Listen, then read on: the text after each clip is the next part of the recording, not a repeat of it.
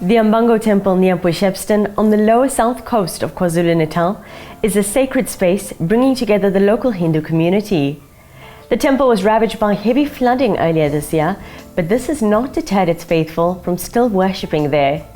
We find out more up next and then follow this up with a peek into the KZN regional Tamil Eisteddfod.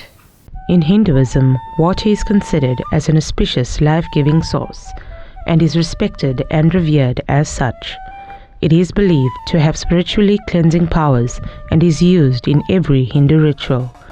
When a river runs alongside a home or temple, it is regarded as a sign of great fortune. Being close to a river, being close to water, if you think about our elders and the indentured labours, water is something that we need to live.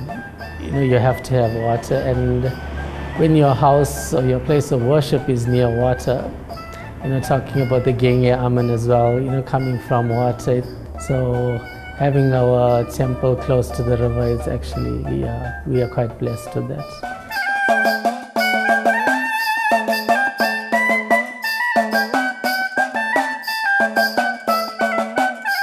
I think this temple has brought a lot of the communities together, and what's unique is the fact that from the time the granny that lived here and they stayed right next to the temple. It was the Modley family that started this temple. I wasn't born at that time, but from what we heard, and I know there was a granny, and she actually ran this temple. And then there was a guy that was named Andrew Mark. In fact, he was my guru who taught me to sing and stuff. And he also used to get trance at the temple. So he was also very much part and parcel of this temple and what happened at this temple. He took to the granny more than anybody, and he stayed with her, and he wasn't, I think his family wasn't even Hindus, but he became a Hindu. So that's the Modley family, we are in debt to them, but also the community of Port Shepstone. By building the temple, automatically the people had a place to worship, and knowing that Indians weren't given a special day off, they used the weekends, especially the Sunday, to find time. And now we followed that trend, so most of our prayers that can be done on another day is usually done on a Sunday where everybody is available and can attend.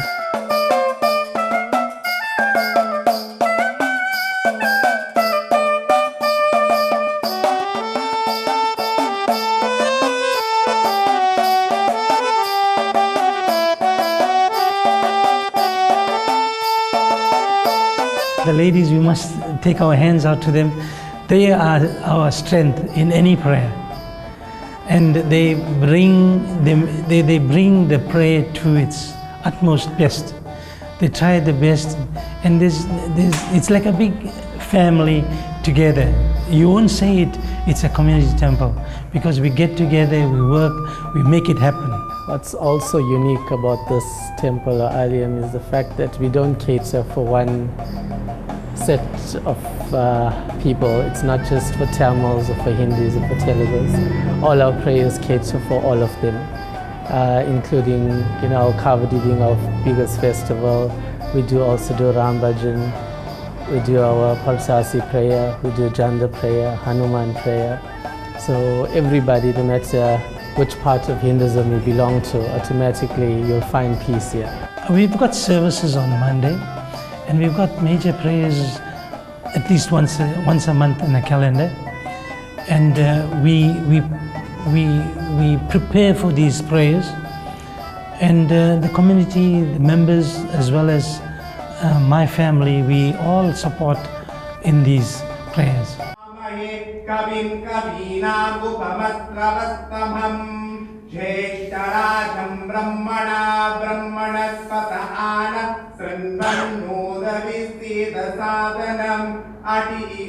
have the putu now that has come up last year during our Kavadi time, which for many years has been on the inside but not grown so well, and I think we're blessed to have had it grown now. And even with the recent floods that we had and the amount of water that pushed out over a meter high, that pushed the main gates out, and they put those little stands, so that shows the power behind that kind of prayer. I was the first person to get here that Tuesday night, and when I opened it, there was no lights. So I put my van lights on and I realized just there's no gates left.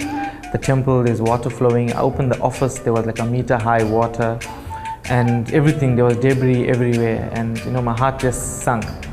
So I couldn't go to work the next day knowing that the temple wasn't visited. So I got a group of people together and we started cleaning, and we got it back to the state that it is.